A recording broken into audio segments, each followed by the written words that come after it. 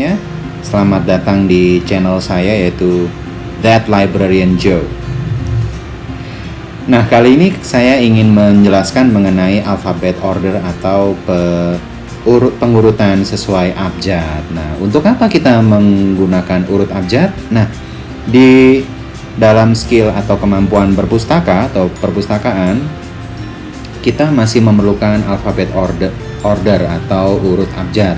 Nah, apa pentingnya untuk menggunakan urut abjad ini adalah, baik, mari kita lihat dulu apakah di saat yang seperti ini, yaitu di era informasi internet atau teknologi informasi saat ini yang sangat bebas dan banyak kita ambil secara online, apakah masih relevan menggunakan alphabet order atau urut abjad? Kita lihat dulu.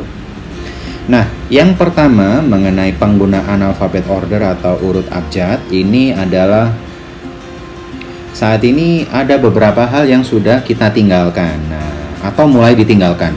Nah, contohnya adalah penggunaan alphabet order ini.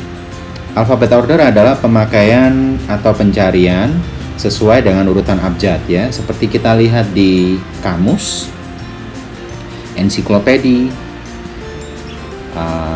di rak buku yang sesuai dengan penulis buku, yang diurut sesuai dengan penulis buku, yaitu 3 huruf dari nama belakang penulis buku.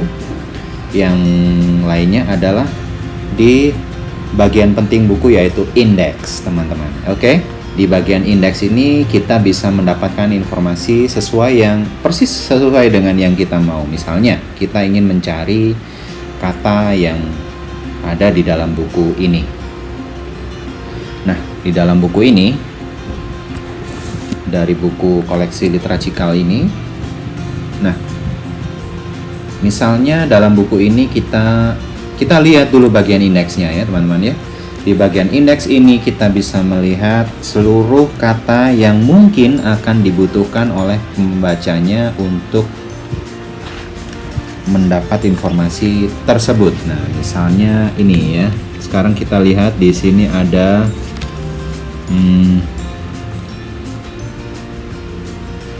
Theophilus, tawaf. Nah, ini, atau kita ingin cari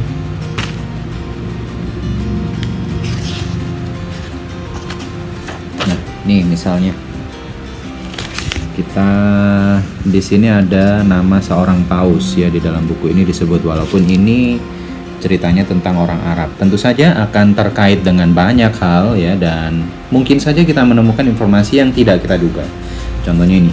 Nah, Paus Urban yang kedua di halaman 810. Nah, kalau kita mencari informasi yang kita mau dan kita tidak bisa anak-anak tidak bisa menggunakan skill atau kemampuan mengurut alfabetnya, mereka akan kurang lebih kesulitan, begitu, ya, karena semua indeks ini disusun untuk kemudahan pembacanya atau pengguna buku ini, begitu, untuk mencari informasi yang mereka inginkan.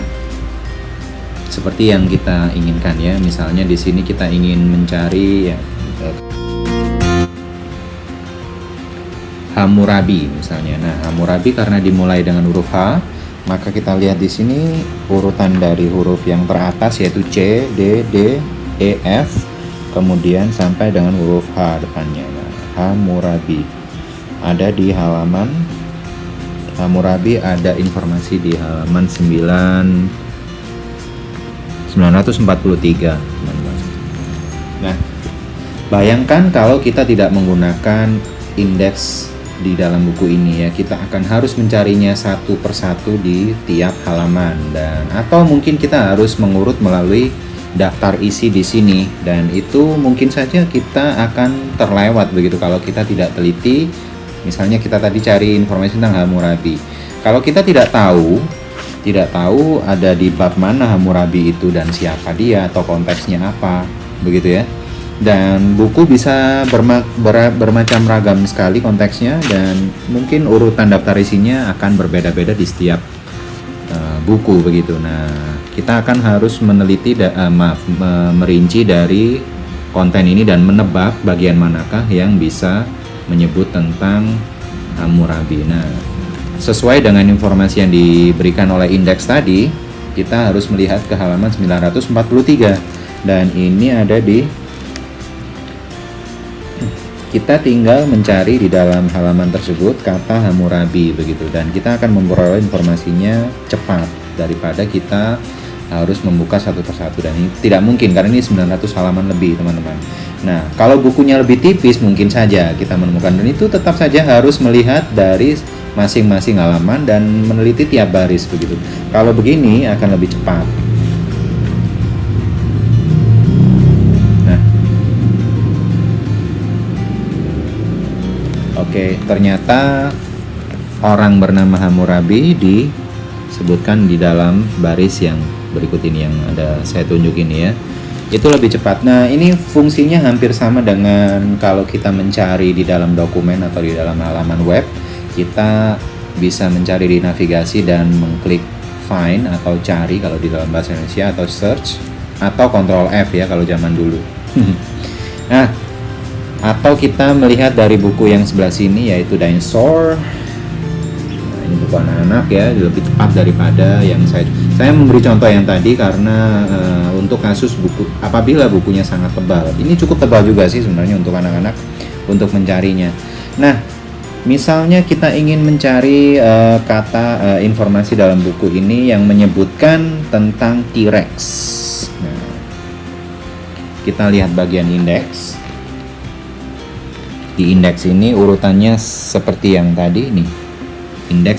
Biasanya indeks ada di belakang, dan kita harus mencari. Nah, di sini sudah ada heading untuk setiap hurufnya.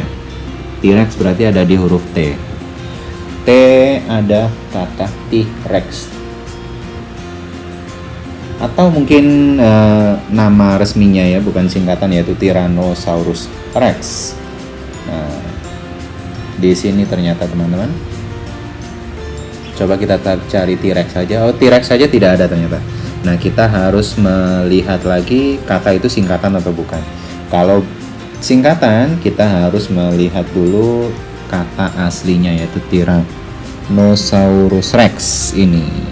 Ada banyak sekali informasi yang disebutkan dalam buku ini, mulai dari halaman 140 sampai 141. Anatominya ada di halaman yang ini.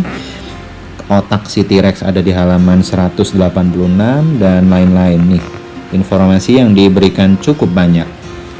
Nah, ini akan membantu sekali untuk anak-anak mencari informasi yang mereka butuhkan dalam dunia akademik begitu.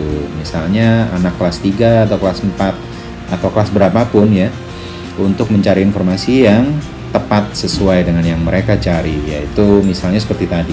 Begitu, dan itu masih relevan sampai sekarang walaupun seperti saya sampaikan tadi banyak tergantikan oleh Google atau website atau situs web yang lainnya.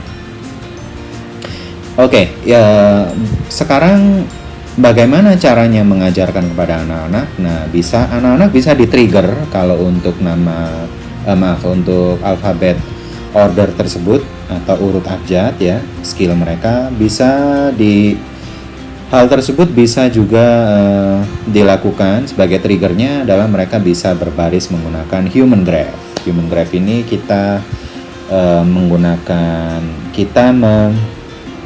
membuat grafik sesuai dengan nama depan mereka. Nah, bisa dimulai dengan dalam satu kelas anak ada berapa orang, misalnya 20 ya. Anak-anak itu disuruh berdiri semuanya, kemudian diurut nama mereka dari A sampai Z.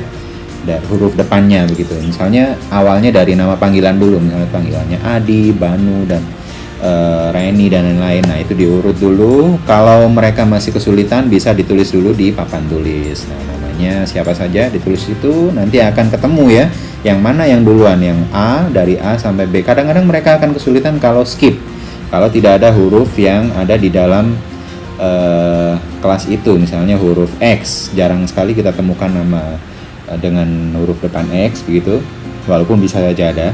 Nah, itu bisa kita bantu. Nah, apa sesudah huruf yang gap tersebut, seperti itu. Itu akan menarik sekali teman-teman, karena anak-anak akan senang sekali ya. Di samping mereka datang ke perpustakaan tidak hanya membaca dan diam, mungkin akan kesulitan untuk anak-anak yang lebih suka banyak bergerak begitu. Nah, kalau mereka diajak bergerak seperti tadi, mereka akan lebih fun aktivitasnya di dalam perpustakaan. Nah, teman-teman pustakawan atau guru bisa membantu dengan kegiatan yang lain, misalnya dengan biasanya kalau untuk umur yang lebih muda ada nyanyi-nyanyian atau lagu ya. Akan lebih menarik lagi kalau teman-teman bisa bermain musik, misalnya bermain gitar. Nah, itu untuk mengiringi lagu-lagu yang mereka nyanyikan. Itu untuk usia bawah. Nah, sebentar. Kita jadi membahas terlalu jauh. Nah, begini. Untuk penggunaan alfabet order ini bisa dilakukan berulang-ulang karena namanya skill atau kemampuan itu perlu dilakukan terus-menerus karena itu membutuhkan latihan begitu ya. Jadi itu bisa diulang 2 atau 3 pertemuan. Oke, oh ya, untuk satu hal lagi, di perpustakaan dimanapun di dunia akan membutuhkan skill alfabet order ini teman-teman. Terutama kita kalau berhubungan dengan section atau bagian dari perpustakaan, yaitu fiksi. Bagian fiksi atau bagian dimanapun ya, di bagian misalnya ilmu pengetahuan alam, biologi atau sastra atau apapun itu, kalau sudah ada nomor urutnya, maka selanjutnya akan diurut menggunakan alfabet, menggunakan nama belakang pengarang, dan itu diurut berdasarkan huruf depannya. Kembali lagi kepada alfabet order, misalnya dari James Clark, maka harus ada di urutan yang ke depan karena Clark dimulai dengan huruf C. John Smith misalnya, maka ada di urutan huruf S begitu. Nah, atau di bagian fiksi biasanya tidak ada nomor call numbernya langsung, tidak ada nomor Dewey Decimal Number. Nah, biasanya langsung menggunakan menggunakan nama belakang nama belakang dari penulisnya. Oke, saya rasa demikian dari That Librarian Joe bersama saya Joe, dan kita akan bertemu lagi di episode berikutnya tentang perpustakaan. Ya, jangan lupa untuk klik like dan subscribe untuk video lebih banyak tentang perpustakaan bersama That Librarian Joe. Jika ada sesuatu yang saya lewatkan di dalam video ini, silakan tulis komen di bawahnya, dan semoga video ini bisa bermanfaat untuk para pendidik dan para orang tua atau pustakawan sekalian. Demikian dari saya, That Librarian Joe. Kita ketemu lagi di episode berikutnya.